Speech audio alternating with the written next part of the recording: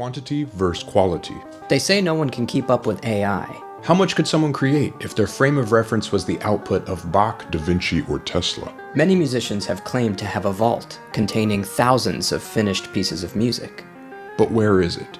Now that we are free of the old limitations, how torrential could a creative output become? Daring to laugh in the face of perfectionism, aiming for purity of concept and intention, not for perfect execution of the tedium. Letting it flow. Making and releasing a song for every day of the year. 366 tracks in 2024. Challenge accepted. Musician versus machine.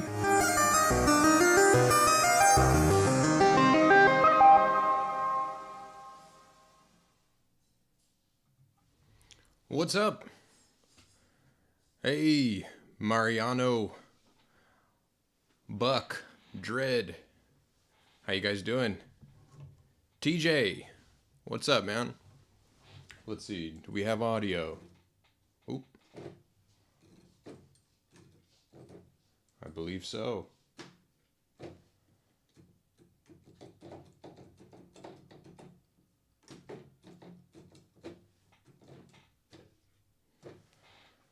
Nice, just woke up. Well, welcome. All right, well, this is the first of a series here. If you saw the intro, you got the gist. I'm gonna try to make a tune for every day of this year. It's a leap year. No keyboard audio. Good to know. Let's see. Why is that? How about now?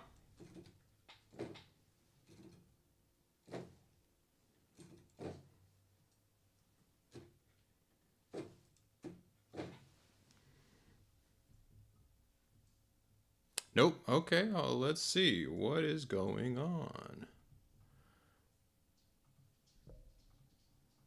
Okay. Let's see.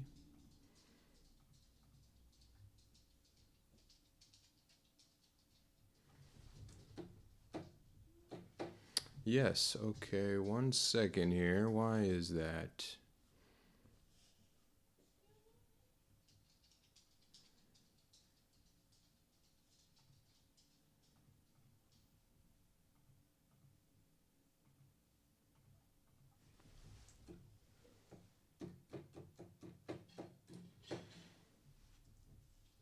Got any cable gremlins? Seems like it. Yeah, 1 second here. Did the intro, anyone catch the intro? Did that audio come through?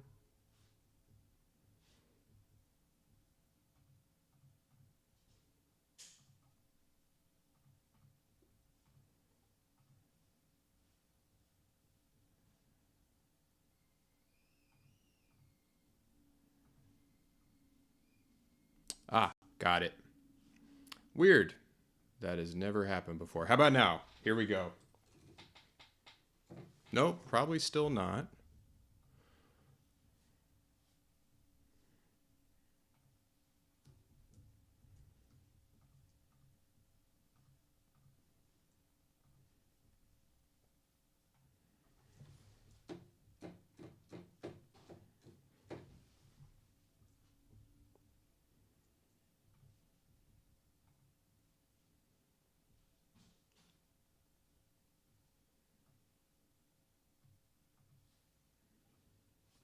Bummer. Okay, yeah, sit tight. We're off to a great start here. What'd you guys say, though? Intro, yes, audio present. Okay, interesting. Yeah, wow, song for every day of the year. Exactly. It's going to be a challenge. But basically, today's goal is to get 7 tunes, at least sketched out, but really finished. I mean, this is going to be a challenge. We'll see. But first, I got to get audio working here. This is really, let's see. Let's go over here.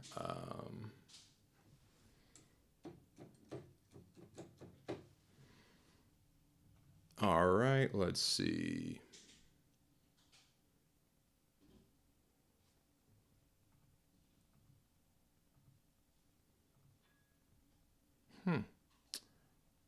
Okay. Indeed.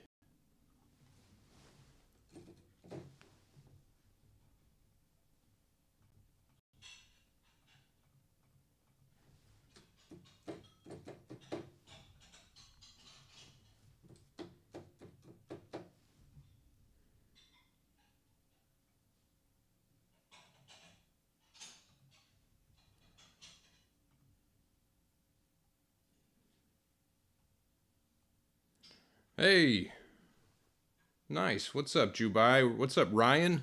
Glad you stumbled across it.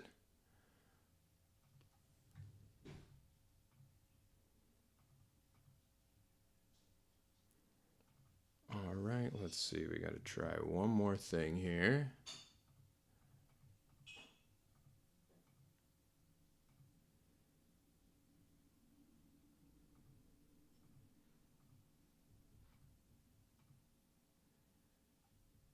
Could this be? Ah, I think we got it. What's up, Ill Wafer? You guys hearing it now?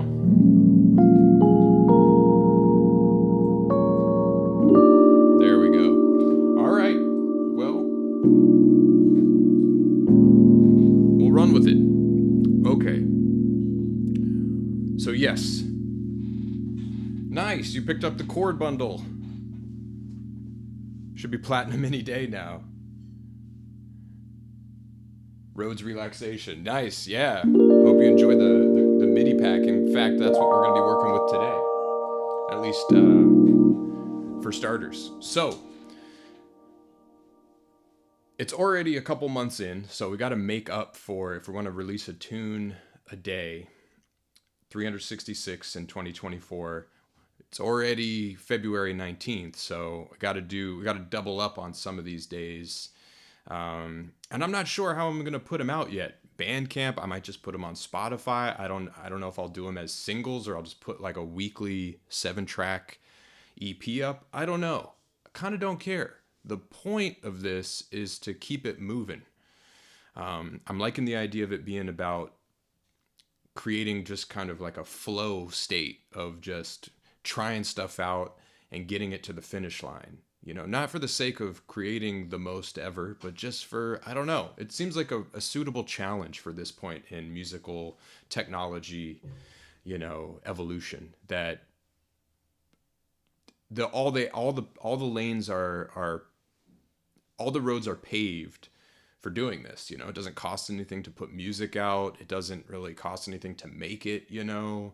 It really is just now about your imagination, your craftsmanship, your creativity, you know? So why not just embrace that 100%? You know, why just completely dismantle any steps that would try to tamp that flow? So, without further ado, let's do it. Let's just start off. So my concept is, if 7 tunes in a stream, if it's a weekly stream, that's what I'm thinking of having this be. Then we get the week's tunes there. Maybe I'll do a stream where I come back in and kind of show the finishing process and whatnot. If need be, although I'd love to just finish them here on the stream. And what that means for each stream is that if we can get a tune pretty much sketched out in half an hour, we can get 7 done in a reasonable stream length. Nice. You got me on the big screen. So that's what I'm thinking. So let's do it. First half hour begins now. In fact, I'm going to not put it on screen just because I don't know why I don't feel the need to. But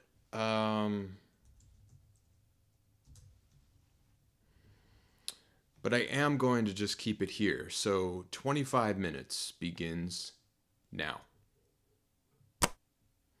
All right, here we go. So I'm going to start in this domain. Just ambient. Let's try some stuff. Let's see.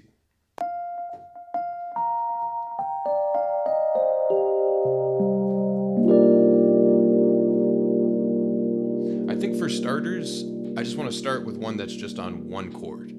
So we'll stick in C minor land here for starters. Why not? We got plenty of music to make, so we'll cover a lot of ground.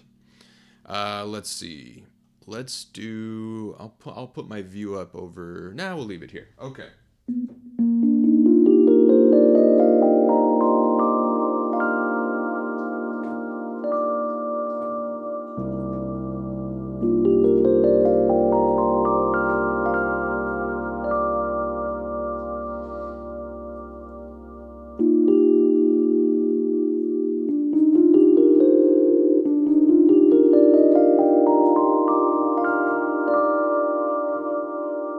I'm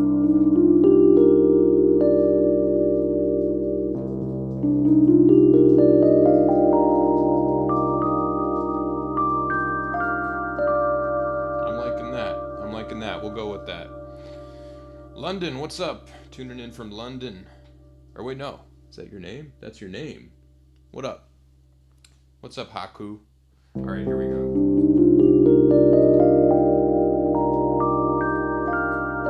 I'm liking that as a melody there. So we'll go.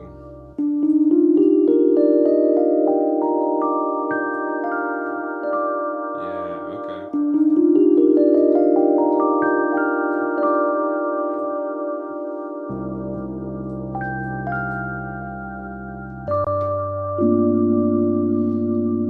Maybe we'll switch the chord there. So.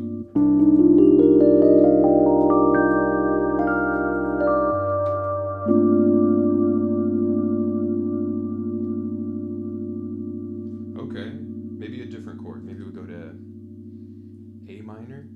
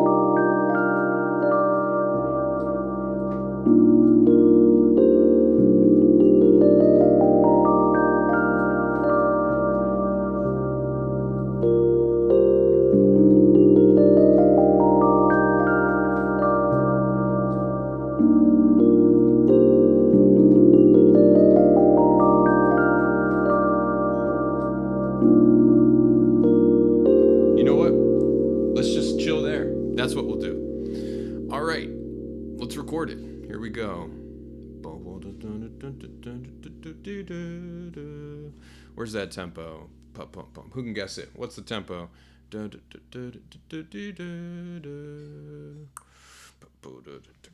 Man, nice and slow here on the first one.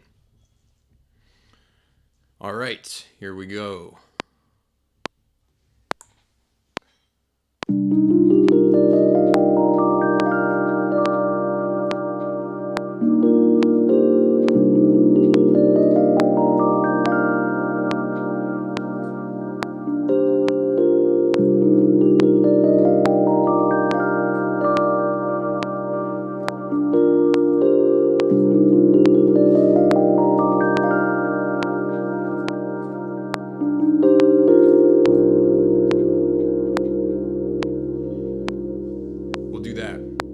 We'll do that.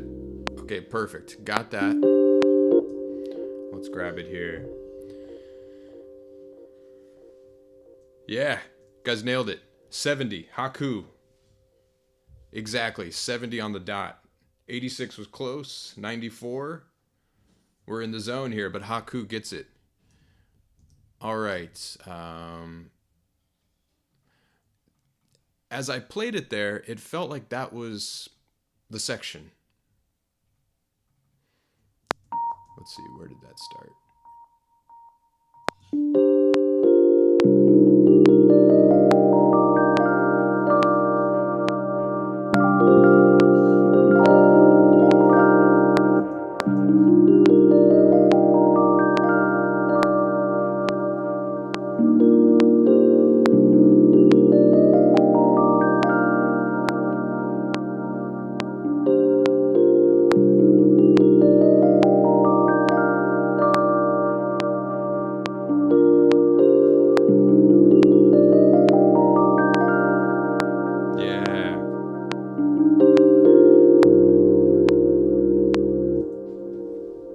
have it. Okay, so I really like how it's cool how in the moment things just kind of come to you. Versus when you're thinking about it, when you're just playing to the metronome and it's kind of a little bit of a heat of a moment. Because what I have here, I'll go to my screen. We'll go to Ableton here. Let's see. In fact, before I do that, let me go ahead and make this a tad bigger.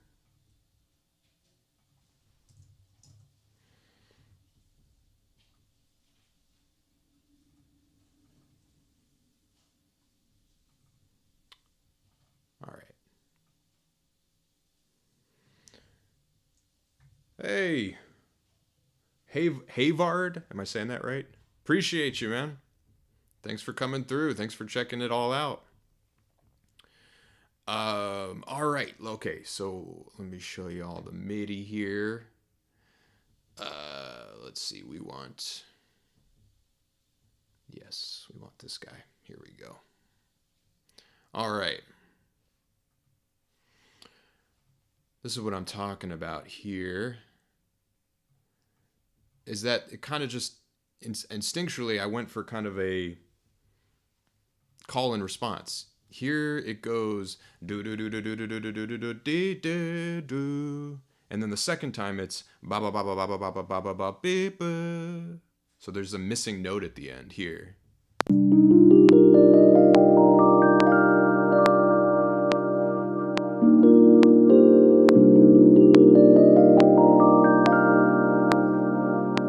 Tiniest possible difference, but makes a huge it makes it feel like a sentence. Same deal here.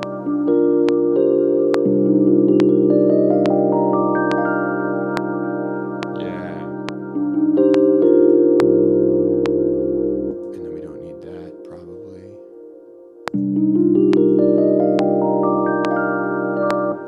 And what I love about that is there's enough variation in there that it's 16 bars? 8 bars, which at this tempo is 27 seconds.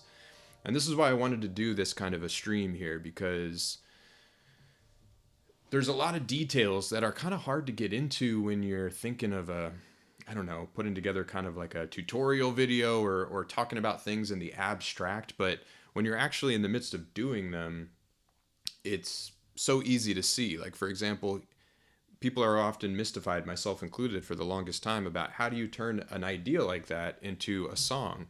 Oftentimes it's just as simple as, well, now we've got a strong little piece there, 30 seconds. If we want this tune to be 3 minutes long, we just have to find a way to say that 6 times, which isn't that difficult, because if you think about it, it's like, all right, maybe the first time we do it on its own, the last time we do it on its own, so that's an intro and an outro.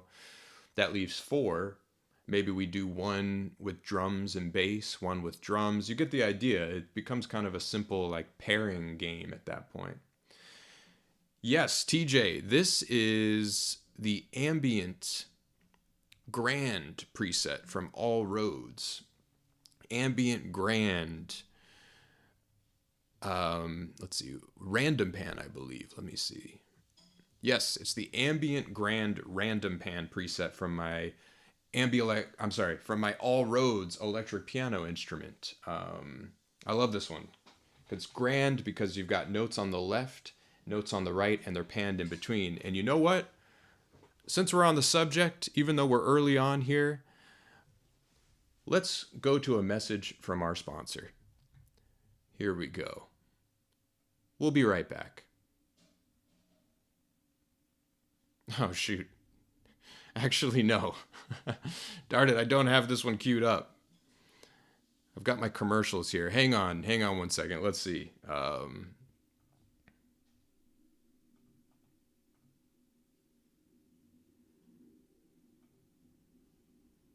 Give me 1 second here. Let me hit play on this.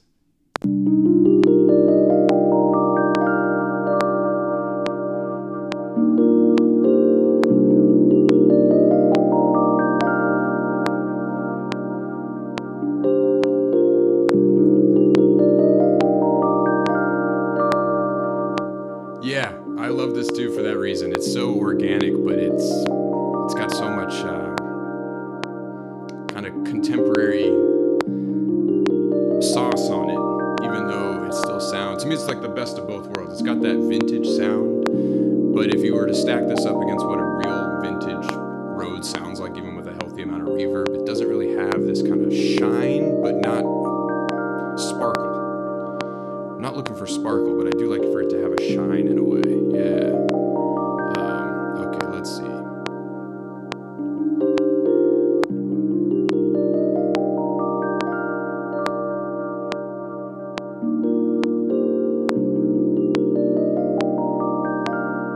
All right, we might get some weirdness here for a second, but bear with me.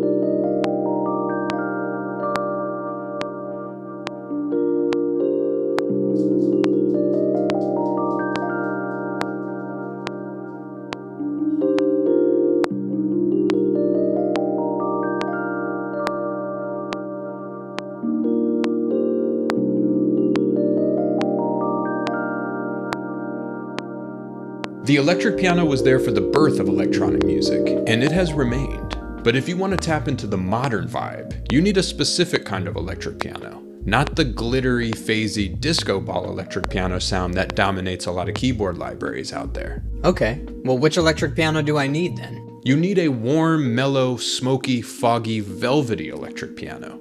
This sound comes from playing the instrument with a light touch, which can be hard to come by. And it's exactly what I did when creating my electric piano instrument, All Rhodes. All Rhodes dwells entirely in the vibed out spectrum, and comes with several different presets that will take you to different areas of the instrument's sonic possibilities.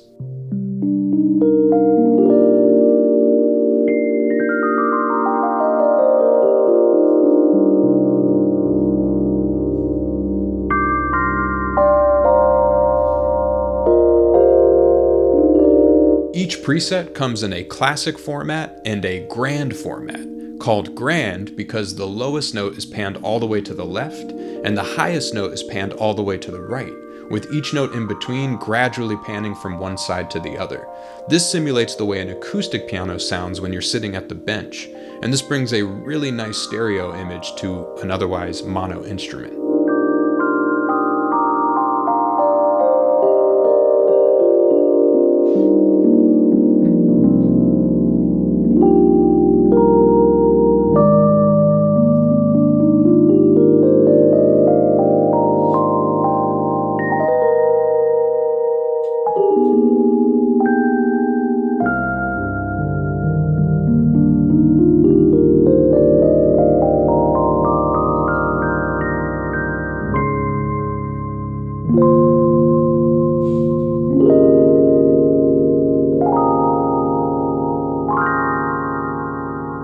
Sounds pretty cool. How can I use All Rhodes? All Rhodes comes in many formats and is compatible with all DAWs and operating systems.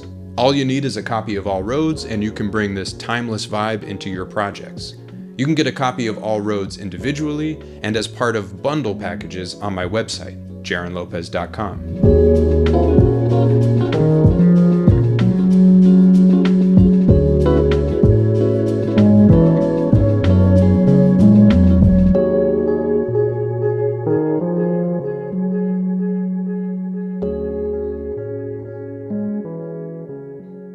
Back to the stream.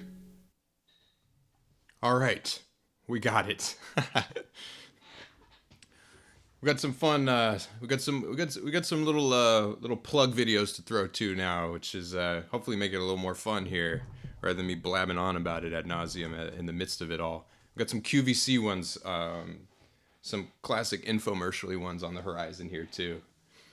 And yes, TJ, Logic is it's now there's All Rhodes. There's Ableton presets, Logic presets, Contact presets, and then also decent sampler presets, which makes it so you can use it with anything. Decent samplers, free. Yeah, exactly. So corporate. All right, let's get to the tune here. Let's build this out. Here we go. I think we need to run for drums, but I'm inclined to come up with a second section. So where could it go next? If it's...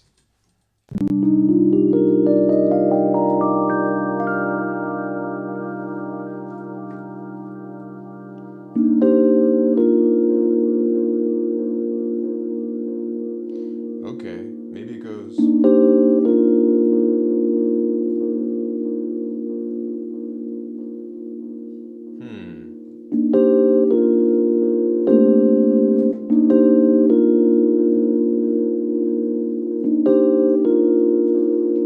Hey, appreciate it, TJ.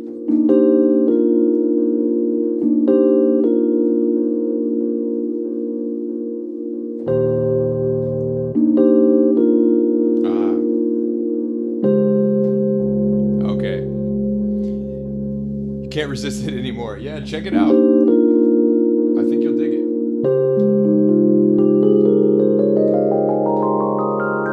So then we got to go to D flat major 7. We're in C minor. So yeah, okay, we get this.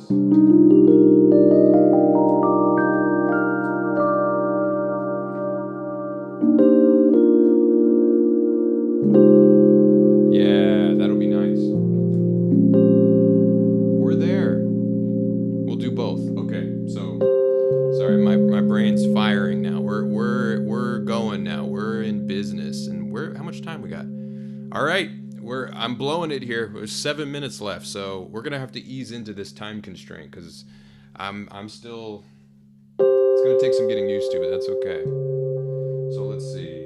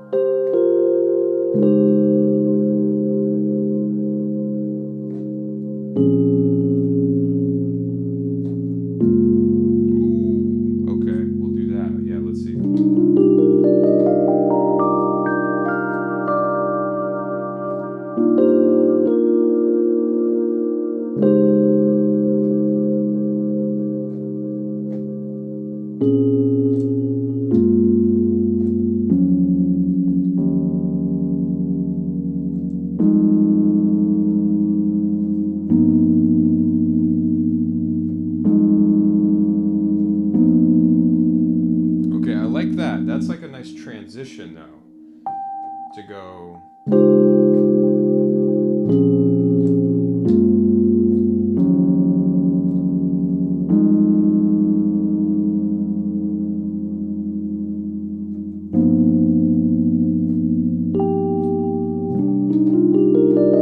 And then we get back to where we started.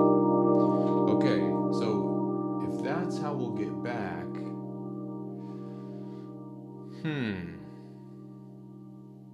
Yeah. I can't see your name. That's cool. That's interesting. You seem to have no username. But nice chord progression. D minor 7 flat 5, G7 flat 9 back to C minor. That's kind of what I was doing actually, sort of. I was doing F minor, which if we just change the root to D. Ooh, not like that, but like this. Yeah. Original wire, man. I like that. Yeah, we'll put that on the back burner there. I like maybe going to 2-5-1 like that. I typically shy away from it, but I like it. Thanks for that nudge. Let's incorporate that. So, but now the thing we need is.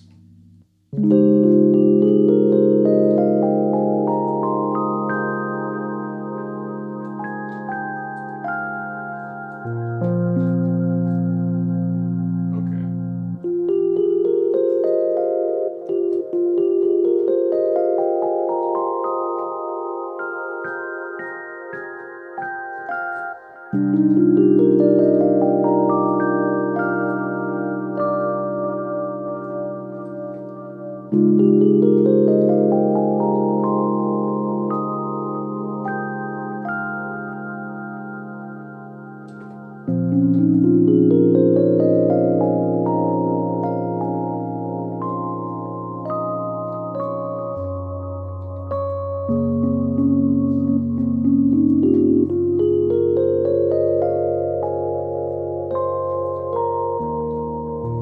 it's coming to life. Anyone out there hearing what I'm vibing on? Oh, okay, yeah, good call, Dread. That probably is what it is. And you're right, speed runs, yeah.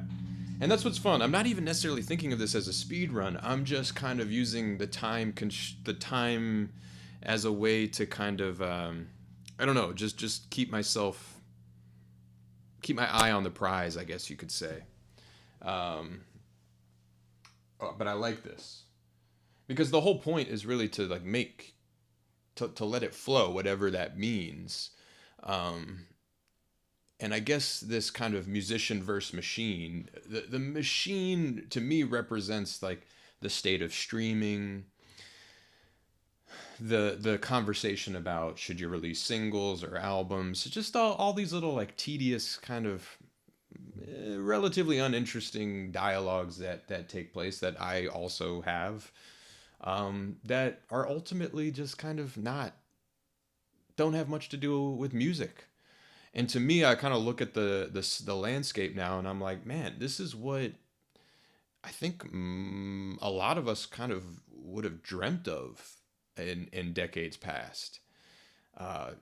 Meaning, just make music. There's no tape. There's no physical constraint. There's no time constraint. There's no inability to put it out for other music people to engage with it, whatever that means. So, yeah, exactly. Cutting out the fat. That's kind of just that's the vibe here. That's what to me musician versus machine is going to be about. Is about letting the musician just flourish and kind of, I guess, pushing against this notion that it's never been worse, and instead just despite maybe whatever, despite the reality of it one way or another, just kind of embracing, it's pretty darn good though in many ways, so we'll go with that. On a creative level, it's pretty amazing as far as just if you're a person who wants to make music. I mean, come on. What's up, Nathan? Yeah, we stream every once in a while. I'm hoping that this becomes a regular thing. I think that it will. All right, so before I lose this idea, because it was coming to life for me here, because in this first section, it just chills on C minor. We're just chilling. There's no harmonic motion. Then the next section, I think, should go completely in the opposite direction, which in my book is a nice rule of thumb. Contrast. If one section has limited harmonic motion or none, the next section maybe have plentiful harmonic motion, and the other way around. And you can really break that down in as brass tacks terms as you want, meaning if one section or one element was low, make the next one high. If it was quiet, make it loud. If it was hyperactive, make it less active in terms of rhythm. To me, that's kind of the thing that I usually, at least in a conscious way, that's what I use as my kind of compass for what my next choice should be. So this one is going to have that harmonic motion by maybe going. I want to keep that same pattern though of those kind of cascading, not even arpeggios, but just those kind of spelling out the tonality in that way. So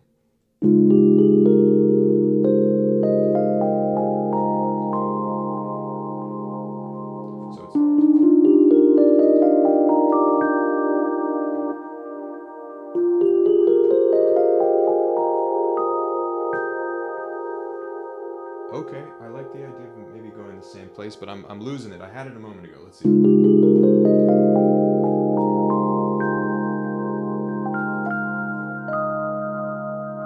then it was.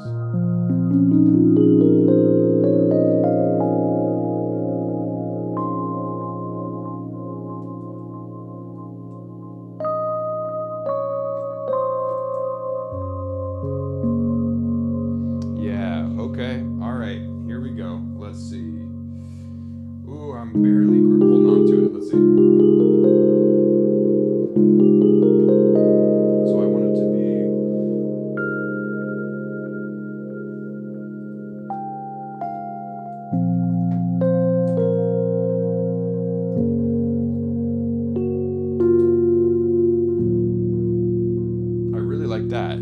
nice little line there.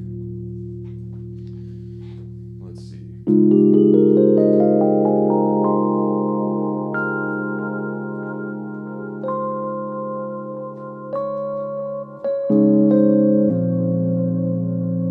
That's very, very almost like very rock.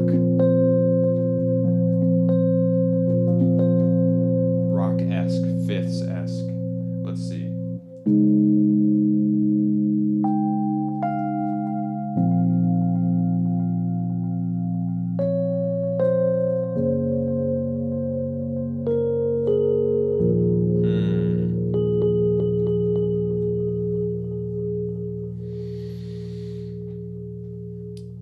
Yes, exactly. Exactly. This is the All Roads instrument that we're hearing here. This is the grand ambient random pan preset, or in some of the packages it would be the ambient preset, the grand ambient preset. Cheers from France. Awesome. Izio, appreciate you digging the content. Absolutely. All right, let's see. So.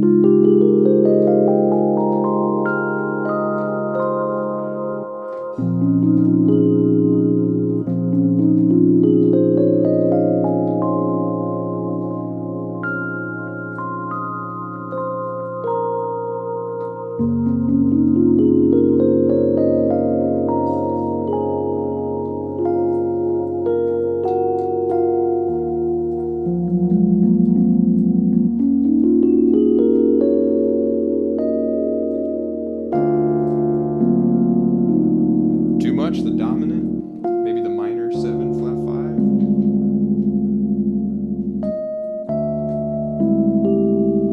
I like that. Let's get a new color.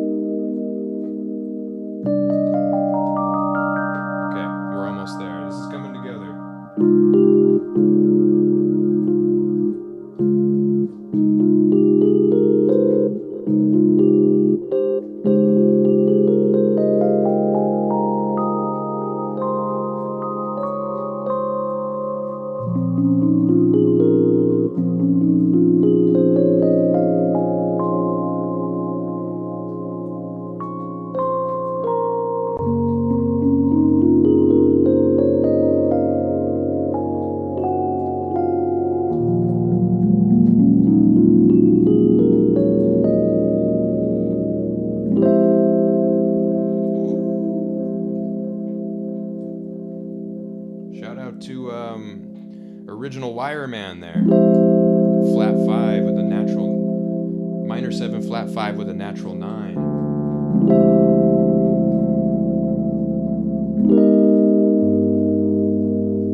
Let's go to chord view for a minute. That might be interesting. Any votes for chord view? I'm curious. What's more interesting to on screen? Seeing the chords like this, or just the piano view? I'm sure there's maybe a mix. This guy.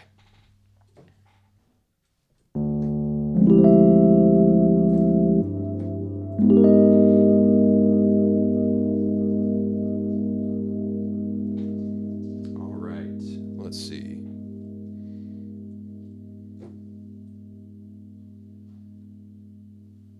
All right, cool. Izio, gonna say both? Yeah, exactly. We got both. Both. Okay, cool. Nice. Sometimes I wonder if seeing this view... Oh, you know what? It's not playing. Let me...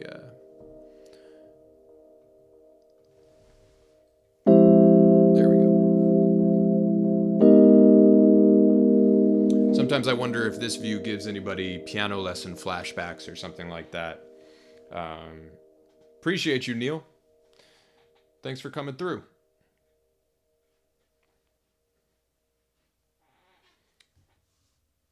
Absolutely. All right, here we go. I really like that turnaround. That's going to be nice. So now the question is, that's where we're ending, or that's where we're headed, because then that leads us back to.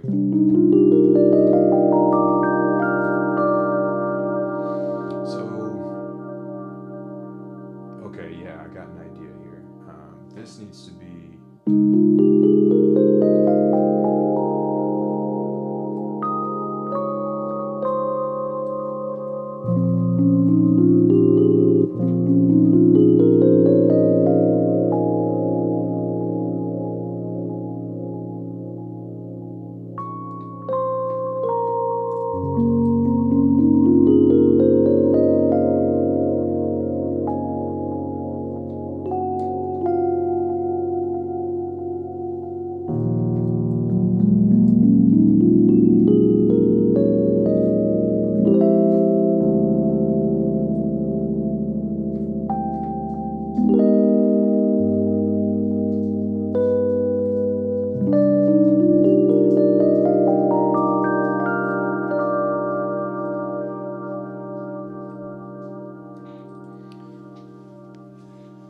Hey, what's up, Neil?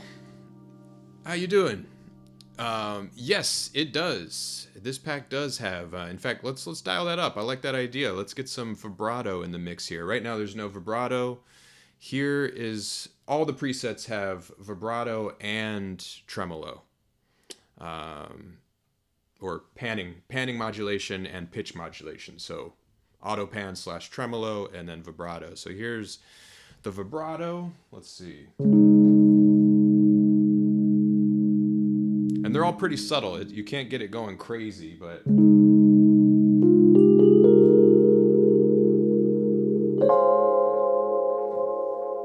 nice little bit of motion there. And actually, while we're on this subject, let me put a limiter on my master so we don't get any clipping, just in case. Yeah, I'm almost always cranking up a little bit of the vibrato. It kind of just gives a little bit of the temperament. It softens the temperament a little bit.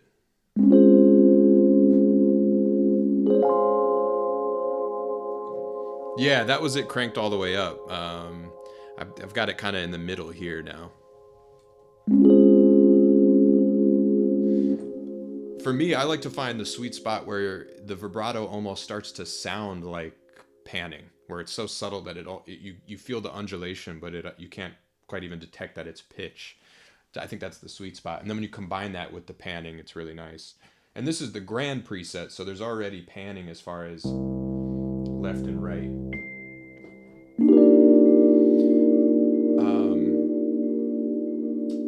Okay. So basically, if we had to reduce all this now, we've got kind of this melody that rises up and goes.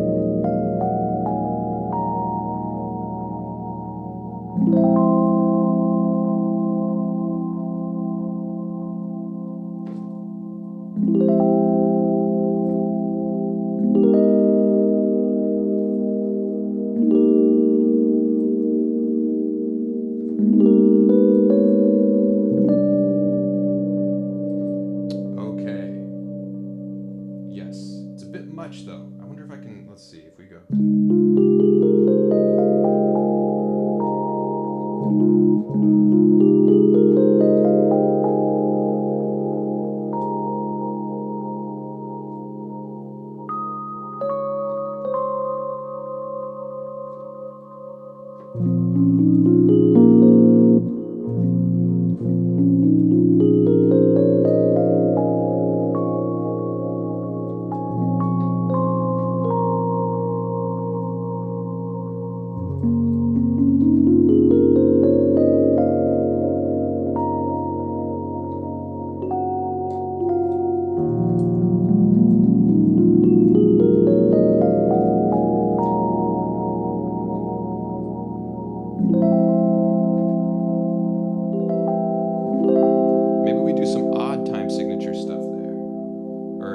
an odd number of beats there, like go from 4 to maybe 3 or 5. Yeah, we'll try that.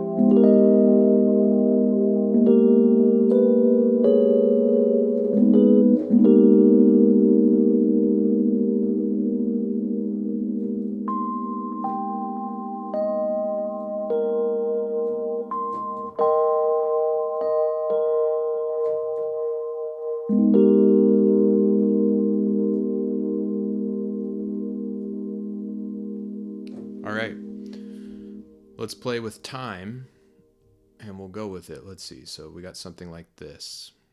So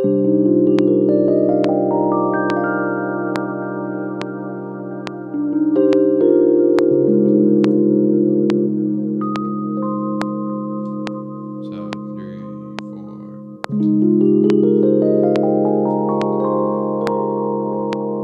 Oh, okay. Yeah.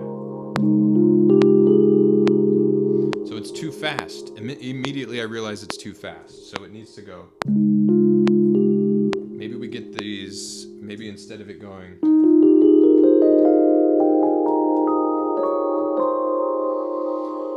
It needs to go like, let's see.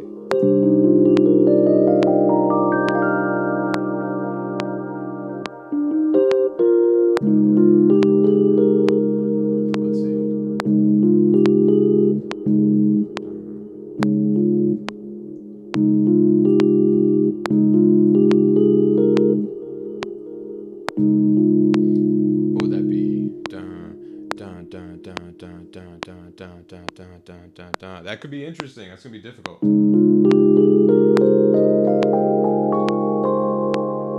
Let's see.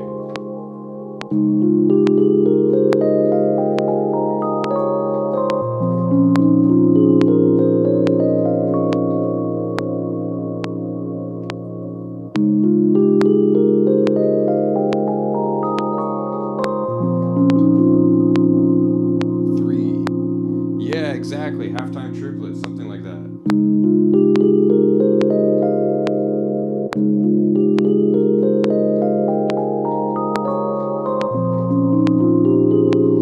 And maybe we could make it, because it starts to just swing, but maybe we could clip the end of it so it's odd.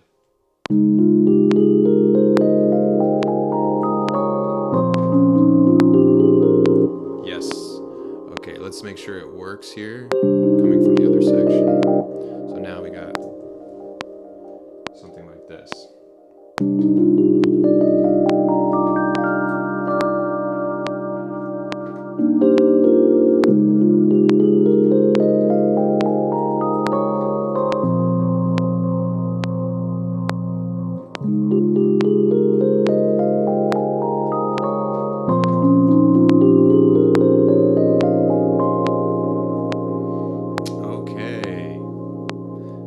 Interesting. All right, this is great. This is great. This is the kind of stuff I love to find, is little quirks where you're not. No part of me. In fact, I was thinking at the beginning here. I was thinking, okay, this will just be a one chord thing. It'll be a quick one to start this off. And here we are already talking about. Let me turn my metronome off. There we go. Here we are already talking about odd groupings and switching from triplets, but none of that was part of the recipe. These are just things that kind of, in a certain sense, have to happen. They're somewhat inevitable now to just get the individual pieces feeling good together. Yeah. Okay, cool. Let's see. So let's go with it. Let's see. So now, what does this need to? This is gonna be weird. What is this? This is 1, 2, 3, 1, 2, 3, 1, 2, 3. Let's